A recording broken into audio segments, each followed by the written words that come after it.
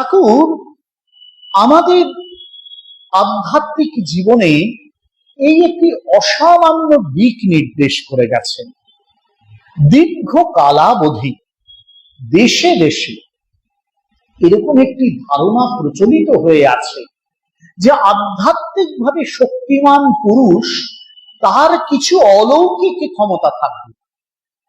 তিনি কারো রোগ নিরাময় করে দেবেন, কারো ঘরে সম্পদ এনে দেবেন, কারুকে কোনো জিনিস দিয়ে দেবেন।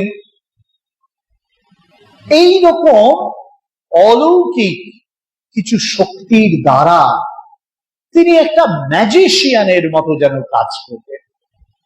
শ্রীরামকৃষ্ণদেব এসে প্রথম বললেন, আধ্যাত্মিকতার সঙ্গে এই ম্যাজিক বা ম্যাজিশিয়ানিজম তার কোনো যোগ নেই।